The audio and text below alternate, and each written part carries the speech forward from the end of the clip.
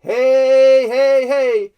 It's the Pacific Northwest EQ Echo Zero here. Cha, cha, meow, cha.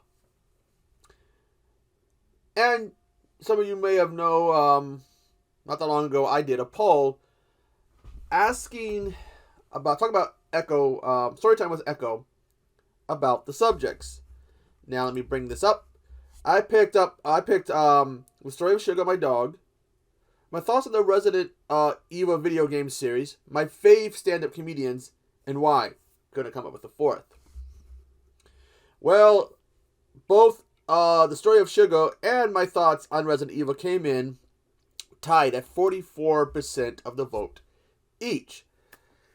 Well, it's gonna take me a while to do the Resident Evil one because I have to do some game capture, and so I'm gonna start with this week's Echo Storytime with Echo, talking about Sugar. Now, some of you may have seen her. She appears sometimes in the background of some of my videos. She also appears sometimes in some of my live streams. She usually, my bed's a mess, but I gotta finish making my bed, so that her spot on the bed, because she always sleeps at this end of the bed, towards the where all those books are. That's her spot. She has another little doggy bed on the floor. But here's the story. And by the way, there were some things I'm going to be talking about that might trigger some people, because the topic of animal abuse is going to come up, because she is a victim of animal abuse. Well, from a previous owner. Now, growing up, we always had animals. We had cats. I think we even had a cat named Cat. There's the famous story I can tell when one of our cats, when we lived in Virginia, went into labor under my bed, and she was crying. I went and got my brother, and he lifted the mattress and saw her giving birth and freaked out and screamed, "Fuzzball!" and ran out of the room. But we also had dogs. We had Pockets, because she was small enough, even full grown, she can fit in a pocket. Actually, she was easier for her to fit in a pocket when she was a puppy, but she was given the nickname Pocket. There was Piddles. I think there was a dog named Sleepy. There was a dog named Dog. There was Tito, my mom's first Chihuahua, who had one eye. He was in an illegal breeding operation, and basically they are cruel to animals. They make them breed, and they can be quite cruel, and it looks like he had lost an eye through this. But those are either the family dogs or my mom's dogs. Oh, well, Tito was supposed to be my dad's dog, but I liked my mom more. Well, I wanted a dog of my own. And I've had Sugar for over 10 years. And so I wanted a dog of my own. Had a chance to get a pug, had it for a short amount of time, but I guess the guy who gave it to me, the kids, pulled a trick on me and him to get me to give the dog back. Wasn't angry or anything. They were attached to the dog. It would have been cool to have a pug. But I still wanted a dog of my own. And a friend of one of my uncles who runs a car, they do glass work for cars and houses and stuff. I guess they lived near a cherry orchard, and they heard some sounds, some crying coming from the orchard that was next to them. And they found 3 dogs. One of them was Sugar. And they were talking to my uncle. My uncle said, "Hey, my nephew wants a dog." So I went to there's a place there, and I picked up Sugar. She pretty much was the size now she is back then. So back then she was the size she is now, except she's probably a little skinny. She's got a little bit more meat on her bones since then. We didn't know that she was abused. We had no idea. No one knew. She had anxiety, and I guess when dogs have anxiety, they can chew. She chewed my wallet up.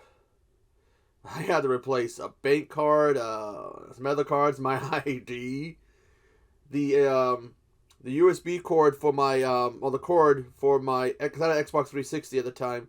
The cord for the controller, I had to replace that. She chewed right through that, which is better than a power cord. Ooh, that could have been bad. One point, if you know what a sewing needle is, they're used for sewing patches and clothes.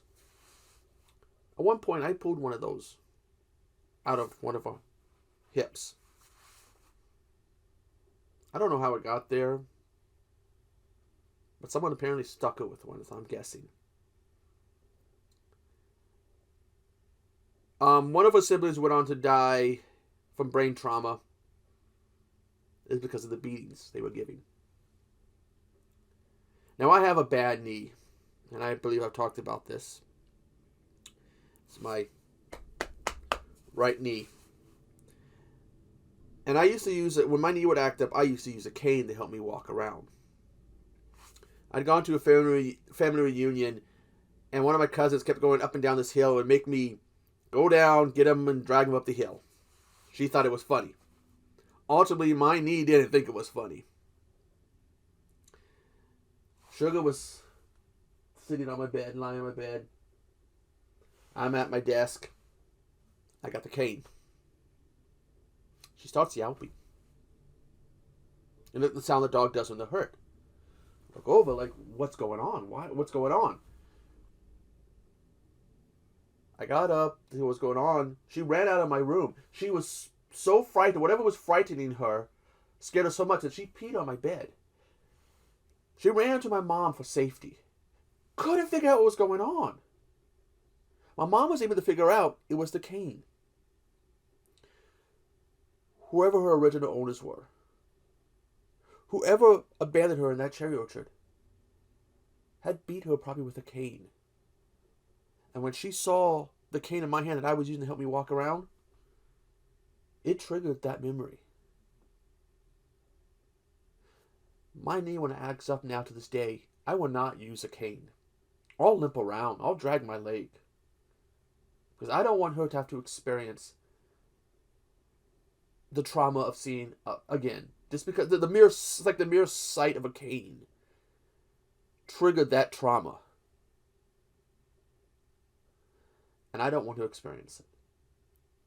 Sugar is a very friendly dog. She has a good, what they call forever home now, where people care about her. She's taken care of. She is a happy dog. She doesn't chew things anymore. Well, her and my mom's dog, Cinnamon, they like to chew these toys that that squeaky thing, and it goes, squeak, squeak, squeak.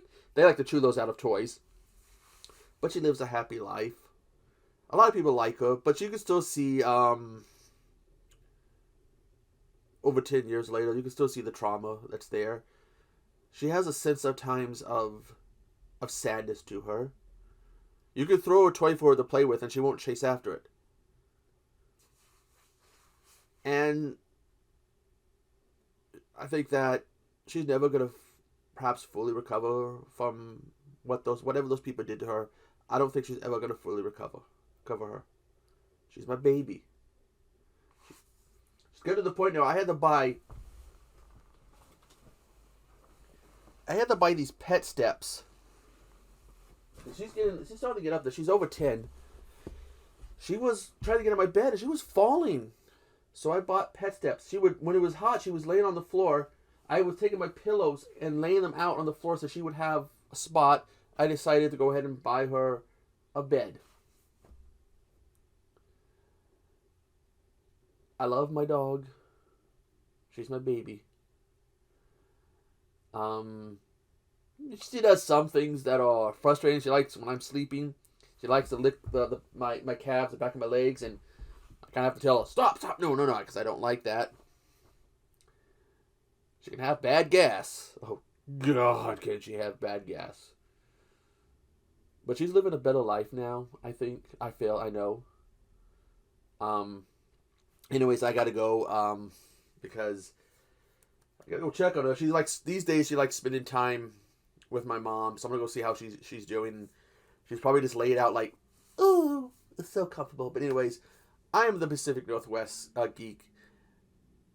And if you have a pet, I would like to hear this. If you have make a video, how'd you guys make a video talking about your pet? And anyways, I'm the Pacific Northwest Geek, and I will see you on the flip side. And animal abuse, by the way. Real quick thing. Animal abuse is a fucked up thing. They are living, breathing creatures. They are people with fur. They deserve to be treated well, not as a punching bag. Anyways, I will see you on the flip side. Toodaloo.